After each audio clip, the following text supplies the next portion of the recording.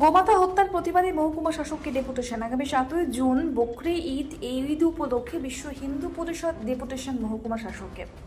কারণ তারা জানান, বিভিন্ন এলাকায় যেখানে সমস্ত সম্প্রদায়ের মানুষ বসবাস করে সেখানে ঈদের দিনে গোমাতাকে হত্যা করা হয়।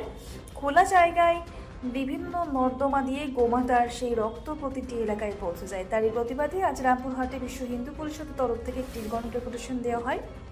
রামপুরহাট মহকুমা শাসককে যাতে এই গোমাতা নিধন বন্ধ করা হয় সেই উপলক্ষে বিশ্ব হিন্দু পরিষদের জেলা সভাপতি শান্তনু হাজরা জানান, মহকুমা শাসককে ডেপুটেশন দেওয়ার পর তিনি আশ্বাস দেন যে যদি কোনো এলাকায় এরকম ঘটনা ঘটে বলে হিন্দু ভাবাবেগকে আঘাত করা হয়, সঙ্গে সঙ্গে মহকুমা শাসক রামপুরহাট থানার আইসিকে জানান তৎক্ষণাৎ ব্যবস্থা গ্রহণ করা হবে।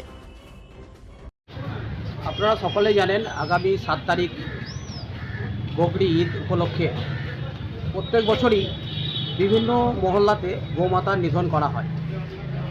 তো গোমাতার নিধন করার সময় দেখা হয় না যে পার্শ্ববর্তী যারা বাস করছে হিন্দু সমাজ, তাদের ভাবাবেগে ভীষণভাবে আঘাতপ্রাপ্ত হচ্ছে। কারণ হিন্দু সমাজ গোমাতার পুজো করে, দেবতারূপে পুজো করে। তো গোমাতার রক্ত তাদের ড্রেনের উপর দিয়ে বয়ে যায়, সেই রক্ত দেখে হিন্দু সমাজের চোখ দিয়ে জল পড়ে, তারা ভীষণ ব্যথাপ্রাপ্ত হয়।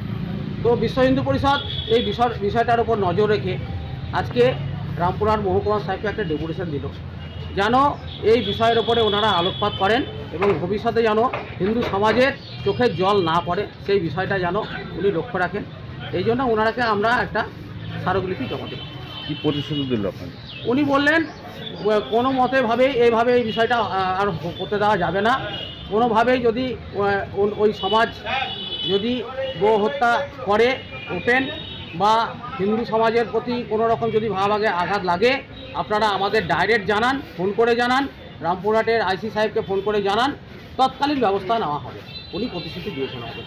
কী নাম, কী পরিচয়? আমার নাম শান্তনু হাজরা, আমি বিশ্ব হিন্দু পরিষদের জেলা সম্পাদকের দায়িত্বে আছি।